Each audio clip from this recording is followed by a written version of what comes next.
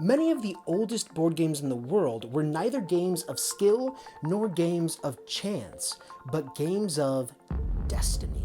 Okay, so maybe we would call them games of chance, but though they involved dice, or the precursor to dice, throwing sticks, it's possible they were played because of what their outcomes said about a person's destiny in the afterlife. We don't even know how many of these ancient games, like Senate, were played, but we do have a relic of these religious and morality-based board games that you may be familiar with. Chutes and Ladders. This is a retheming of snakes and ladders, and if we know anything about snakes, they're often associated with temptation and pain. That's exactly what the snakes in the original medieval Indian game Moksha Patman represented. Commit acts of violence and you'll be sure to suffer the consequences. There is one problem with these dice games, however, and no, it's not your modern complaint about chutes and ladders that they lack agency in controlling your own choices. Rather, it's that the lesson of morality is undermined by using what has come to be known as an instrument of gambling and greed. But if you trace the history of board games up to the point where dice are removed, a morally upstanding game isn't all you get. Consider the medieval Indian war game of Chaturanga. In this game, the roll of the dice determined what type of soldier you could move. But under pressure of Hindu and Buddhist morality, a few changes were made to the game. First, the level of violence in the game was lessened. Instead of slaying the Raja, all you need to do to win now is corner him or leave him no means of escape. Secondly, dice would no longer govern which piece a player could move, but it would come down to a player's own choice, their own free will, you might call it. Hence, Chaturanga became chess, and it rapidly spread over the entire world as its diceless gameplay invited players into its engrossing depth of strategy.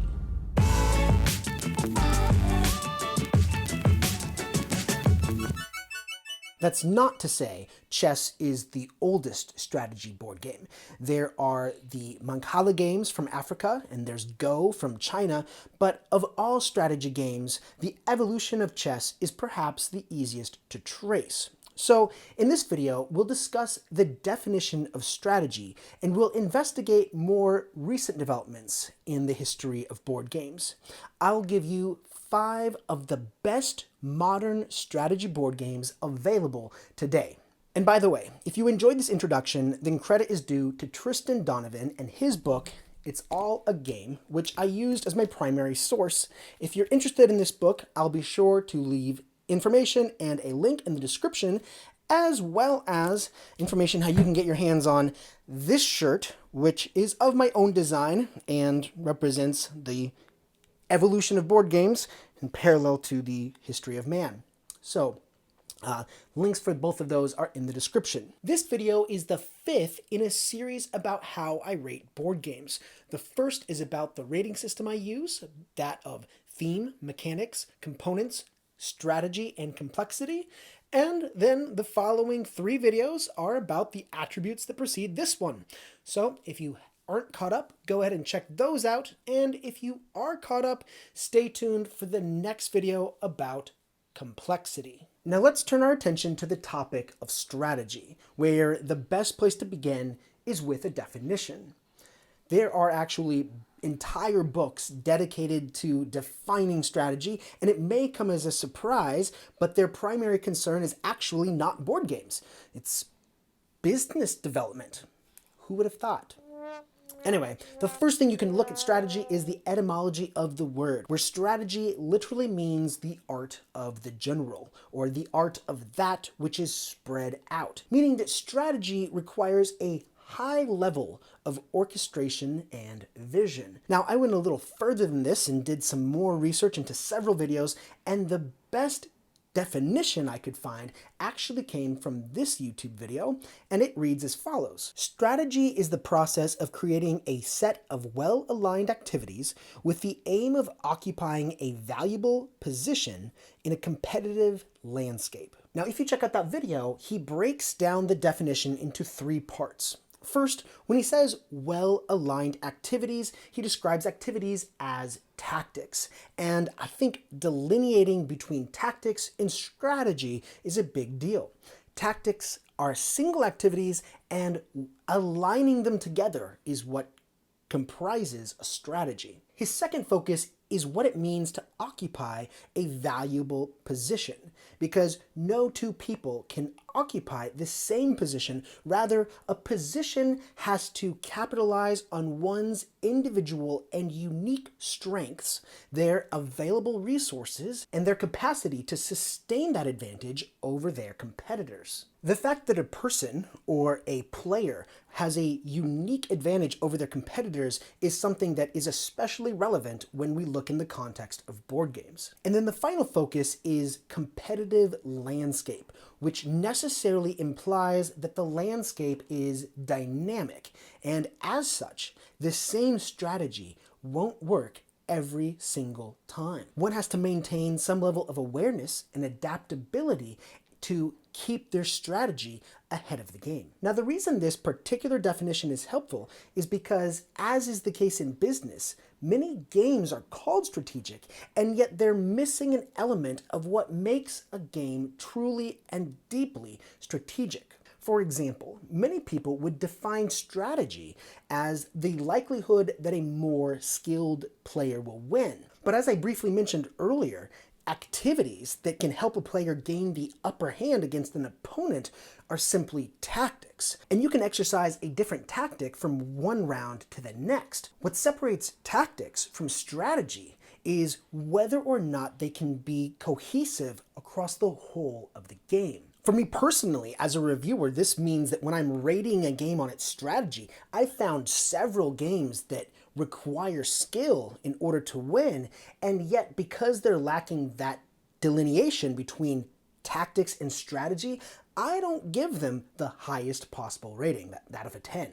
What about defining strategy as the absence of luck? That's the case in every abstract strategy game.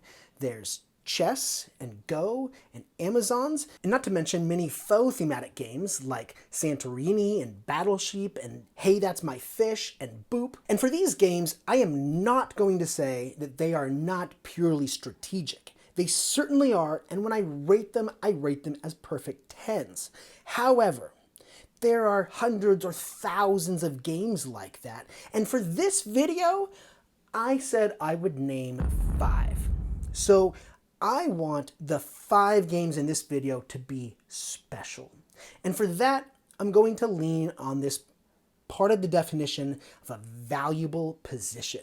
That of having an advantage over your opponent that is unique to you. Because all of these games, with the exception of Santorini, if you're playing God Powers, every player starts in the exact same position.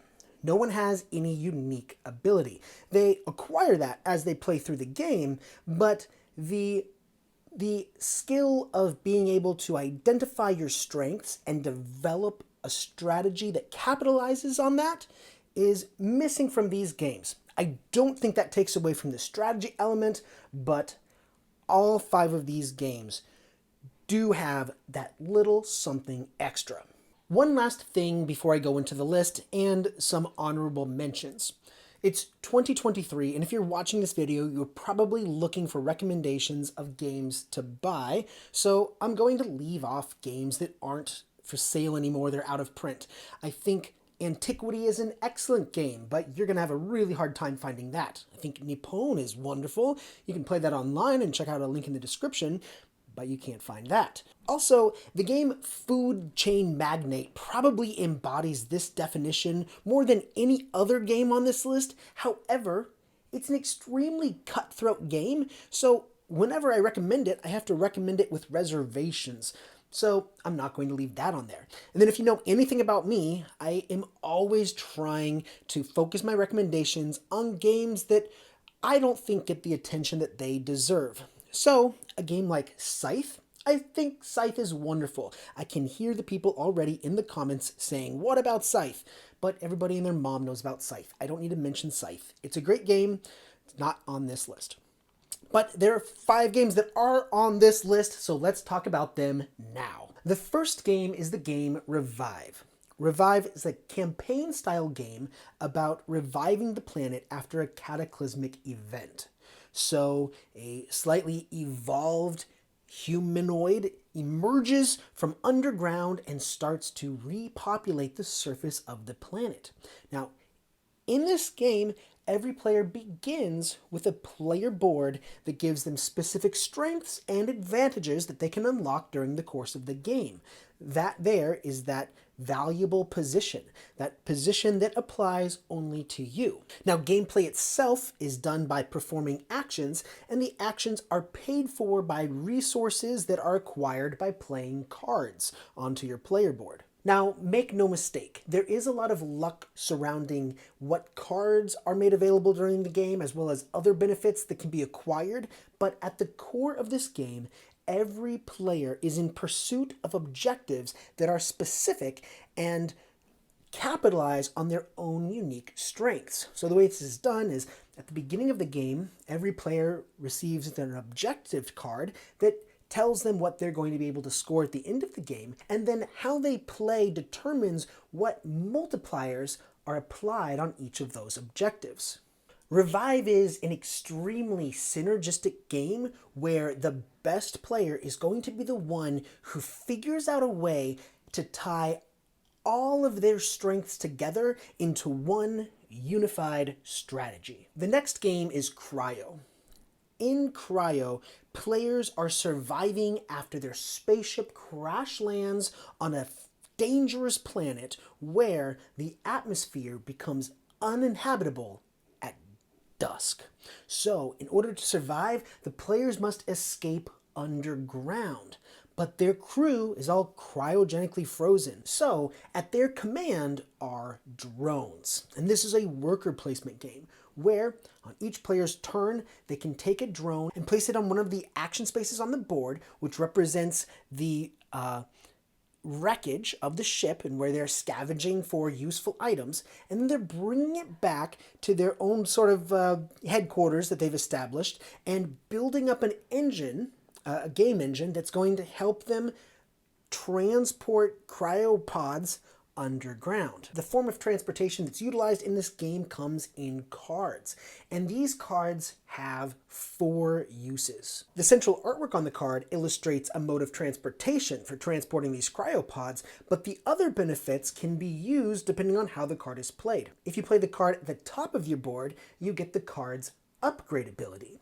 If you play the card on the left side of the board, you get the card's scoring objective, or at any time you can discard the card and take it for the scrapped resources. So like Revive, this game does have an element of luck since there is card drawing, but because every card has 4 possible usages, there is a lot of directions that you can go in. This is a game where you can go in a very diverse number of ways, and how you play is going to affect everybody else as well. My next recommendation is Autobahn.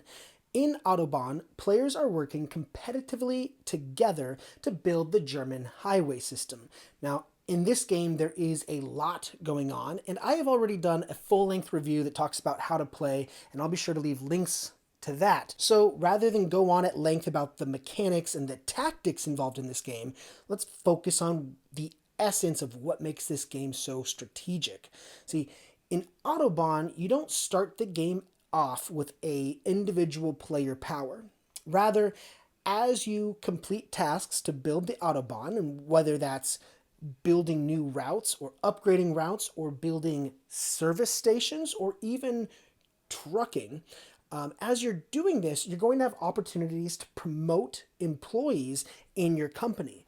And as employees promote, they receive more victory points for completing more tasks of a similar nature. So once you sort of set down a certain course, let's suppose that you start trucking, you'll be more and more incentivized to focus on that strategy. And so with players all doing this together, there's a really interesting dynamic between players because Together, the Autobahn has to be completed, but players can do this by specializing in a certain aspect of the Autobahn.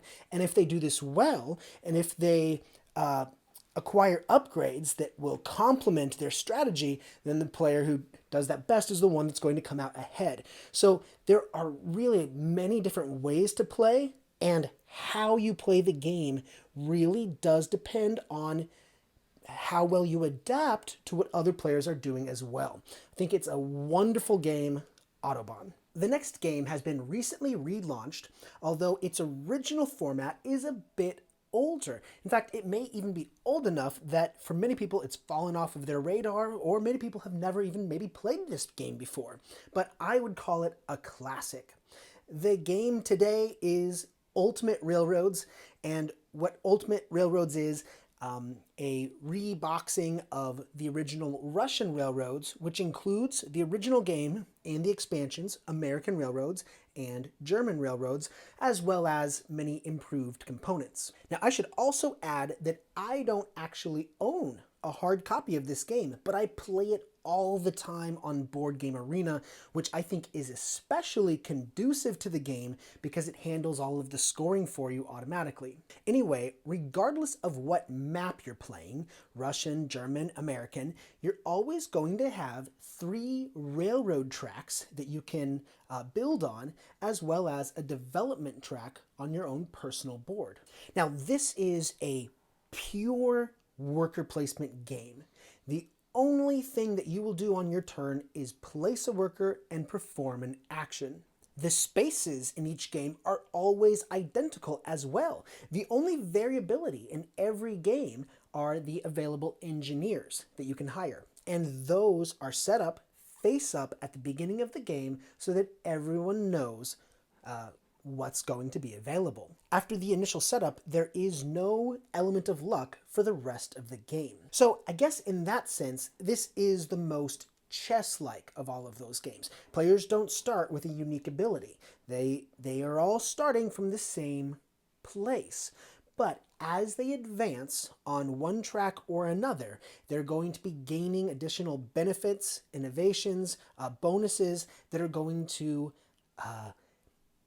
amplify their gameplay. So you are going to get entrenched in one strategy, but the real challenge of this game is that every space is available to one worker and one worker only.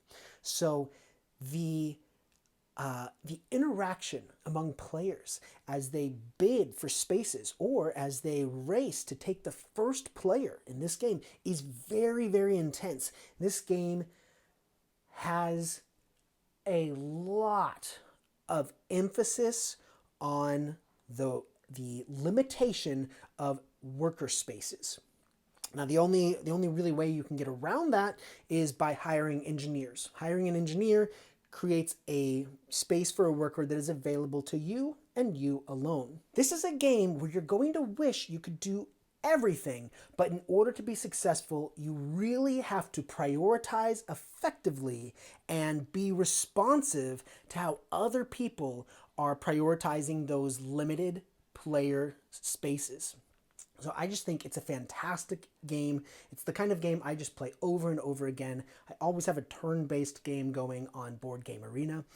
So I'll leave a link in the description if you want to check that out. The last game, and possibly my #1 recommendation for a purely strategic board game, maybe aside from Food Chain Magnate, is Carnegie. Now, in Carnegie, this is a kind of a complicated game to explain. I did do a full-length review about this game, so I'll be sure to make links available for that. But essentially, this is a game where you are going to be taking actions from workers on your own company board. And the actions that are available to you are the departments that you build into your company. So every player is going to have a different company with different strengths. And many of these actions are going to allow them to place a worker onto the map, which represents the different regions of the United States. And for every turn, players are going to have the opportunity to bring in income from one of these regions. And when a player makes this selection, Everybody gets to share this benefit, but only if they have an employee in that region. So you have to focus on what other people are doing, because in order to capitalize on that income, you want to be in the same places as your opponents. I think this game is just so rich in strategy. It's another one that's available on Board Game Arena, by the way, although in this case I do have a hard copy of it. I love it so very much. Worth checking out and worth watching the longer full-length review. That's the game Carnegie. So those are my top 5 strategy games that I think really get at the essence of pure strategy. I'm interested to continue this dialogue about what strategy is and how it can be best embodied in board games. Of course, I'm always participating in those comments down below. And to check out more strategy games, you can always go to theperfectboardgame.com, use that perfect board game formula to emphasize strategy, and see what comes up in your search results, or even rate a few games there yourself. Thank you so much for watching, and I'll see you next time. Bye-bye.